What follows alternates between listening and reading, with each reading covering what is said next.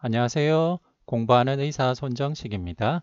오늘은 유럽 심장학회에서 발표된 엠파글리플로진 연구 결과에 대해 말씀드리겠습니다. 먼저 유럽 심장학회에서 발표한 신부전 지침을 보도록 하겠습니다. 유럽 심장학회에서는 SGLT 인히비터를 신부전 가이드라인 1등급으로 권고하였습니다. 엠파글리플로진, 다파글리플로진은 심박출량 감소 신부전에서 예우호전을 보여주었습니다.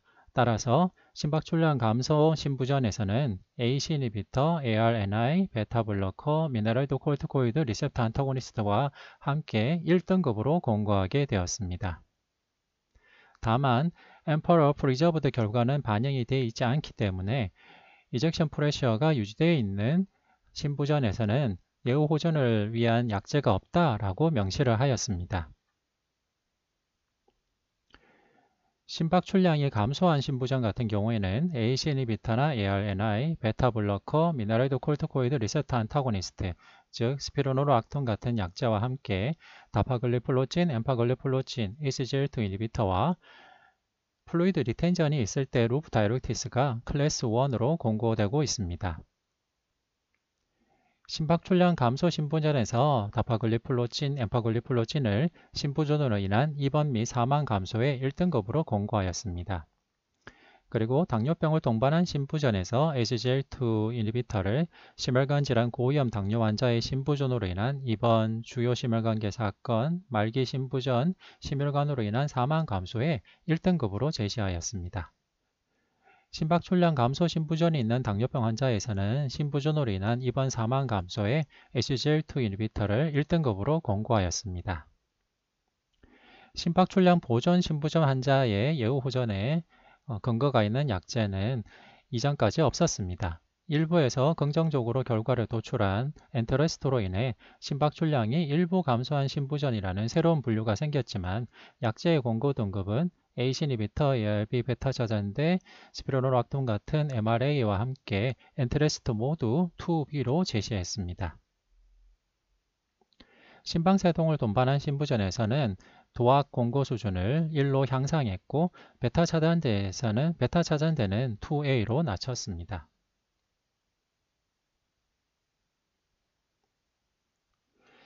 저도 예전에 노인 환자들을 많이 볼 때 신부전 환자, 특히 이젝션 프레셔가 유지된 신부전 환자들이 신부전 악화로 인해서 자주 입원하게 되는 경우를 겪었습니다. 그분들에게는 AC 인히비터나 ARB, 그리고 베타블로커, 스피로노락톤, 그리고 부종이 있을 때 라식스 같은 루프 다이렉티스를 적극적으로 사용해도 결과적으로 몸 컨디션이 조금만 나빠져도 환자분들이 급성 악화로 인한 입원하시는 경우를 흔히 보게 되는데요. 그런데도 불구하고 약제를 충분하게 사용하기 힘든 경우가 많았습니다. AC 인히비터나 베타블로커, ARB나 또는 스피루노락톤 같은 약제들은 혈압이 떨어지기 때문에 아주 진행된 신부전 환자, 특히 노인 신부전 환자의 경우에는 혈압이 너무 낮아지는 경우가 있기 때문에 사용의 한계가 있습니다. 그리고 플루이드 리텐전으로 루프 다이어트를 사용하게 되면 환자가 체수분이 너무 저하됨에 따라서 탈수나 전해질 이상 같은 것들이 오기 때문에 그런 경우에도 루프 다이어틱스를 충분하게 사용하기 힘든 경우가 많았습니다.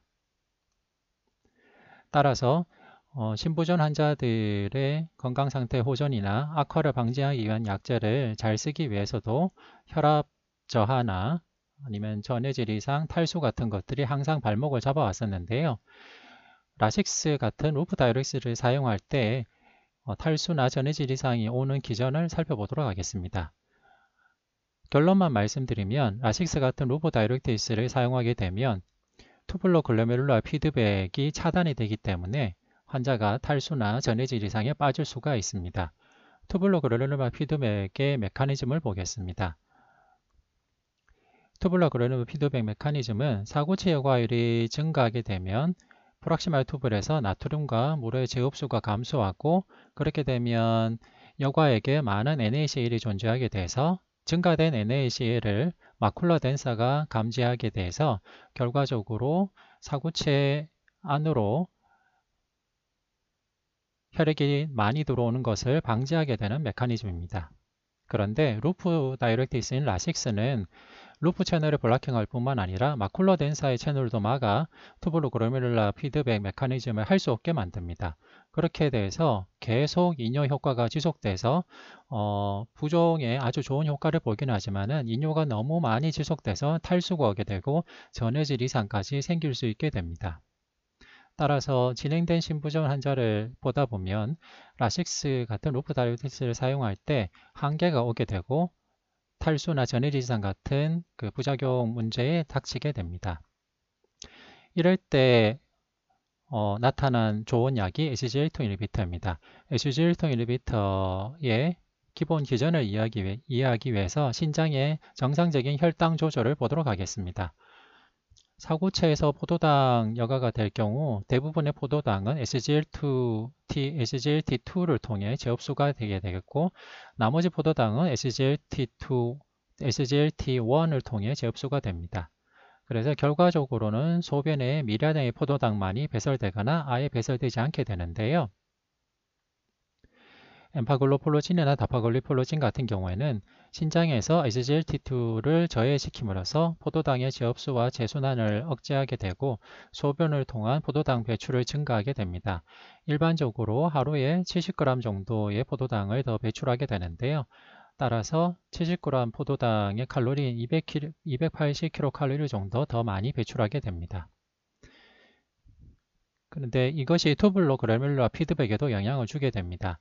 SGLT2 억제제가 근위세뇨관에서 과흡수를 억제하게 되면 원위세뇨관으로 나트륨 전달이 증가하게 되고 그에 따라서 염분이 같이 증가해서 마쿨라 덴사에서 감지가 되게 됩니다. 그러면 마쿨라 덴사에서는 과여가가 일어나고 있구나 라고 인지를 하게 되겠고 그 과여가를 막기 위한 피드백인 투브로 그로멜룰라 피드백이 생기게 됩니다. 그렇게 되면 구심성 아테리올인 에퍼런트 아테리올이 컨스트릭션 되게 돼서 결과적으로는 사구체 안에 압력이 낮아지고 그로멜룰라 필트레이션 레이쇼가 감소하게 됩니다. 사실 사구체 내의 고혈압, 사구체 내 압력, 사구체 내 고혈압이 미세 알부민뇨 단백뇨의 증가와 사구체의 손상 그리고 신장 질환의 진행에 미치는 영향이 지대합니다. 그래서 여러 가지 방법을 통해서 사구체 내의 압력을 줄이기 위한 시도들이 있어 왔는데 라식스처럼 루프 다이렉티스를 사용하게 될 때는 이런 정상적인 투블로 그로멜룰라 피드백 루프가 잘 마저도 차단이 되기 때문에 효과적으로 사구체 내의 압력을 낮출 수가 없었습니다. 그런데 SGLT2 인히비터는 투블라 그로멜룰라 피드백 루프는 손상시키지 않은 채 글루코즈와 소듐의 배출을 증가시킴에 따라서 환자에게 큰 부작용 없이 과잉된 체수분을 배출시키고 또 과잉된 글루코즈도 배출을 증가시킴에 따라서 당뇨뿐만 아니라 환자의 심혈관계의 상태까지도 호전시킬 수 있는 획기적인 약제입니다.